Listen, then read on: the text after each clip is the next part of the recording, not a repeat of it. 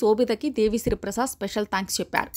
Thandel cinema success సాధించడానికి అందరూ చాలా కృషి చేశారు. అయితే నాగార్జున గారికి మన్మధుడు లాంటి సినిమాతో పాటు ఎన్నో మ్యూజికల్ ఆల్బమ్స్ ఇచ్చాను. అయితే డమరకం చిత్రంలో శివశివశంకర అనే పాట చేయడం, దానికి నాగ్ సార్ ఇచ్చిన ప్రశంసలు ఎప్పటికీ మర్చిపోలేను.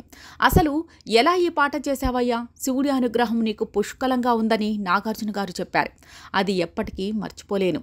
ఇక తండేల్లో కూడా శివుడి మీద పాట చేయడం నా అదృష్టం. ఇక ఈ సినిమా చూసి ప్రభుదేవ గారు నాకు కాల్ చేశారు. సినిమా చాలా బాగుందంటూ ప్రశంసలు కురిపించారు. ఇక చైతు, మీ బుజ్జి తల్లి ఇక్కడే ఉన్నందుకు హ్యాపీగా ఉంది. నాకు ఈ సినిమా మొదలైన తర్వాతే తెలిసింది మీరు శోభితని బుజ్జి తల్లి అని పిలుస్తారని. అందుకే ఆ పదంతో నేను పాట కూడా చేసేశాను. అయితే మీ పేరు మీద పాట చేసేందుకు పర్మిషన్ ఇచ్చినందుకు శోభిత మీకు థ్యాంక్స్ అంటూ దేవిశ్రీ ప్రసాద్ అన్నారు. ఇక ఈ ఈవెంట్లో ఎన్నిసార్లు పిలిచినా శోభిత మాత్రం స్టేజ్ మీదకి రాలేదు. అలానే ఫోటో తీయించుకోవడానికి కూడా శోభిత రాలేదు. కింద నుంచే ఈవెంట్ మొత్తం చూసి ఎంజాయ్ చేశారు. మరోవైపు నాగార్జున ఎంట్రీ ఇచ్చాక మూవీ టీం అంతా కలిసి స్పెషల్గా ఆహ్వానం పలికింది. దేవిశ్రీ ప్రసాద్ డైరెక్టర్ చందులతో కలిసి నాగ చైతన్య పాట పాడారు. హలో గురు ప్రేమ కోసమేరా జీవితం అనే సాంగ్ని ఆలపించి ఆకట్టుకున్నారు. ఆ తర్వాత నాగార్జున కోసం మన్మధుడు సినిమాలో పాట కూడా పాడారు దేవిశ్రీ.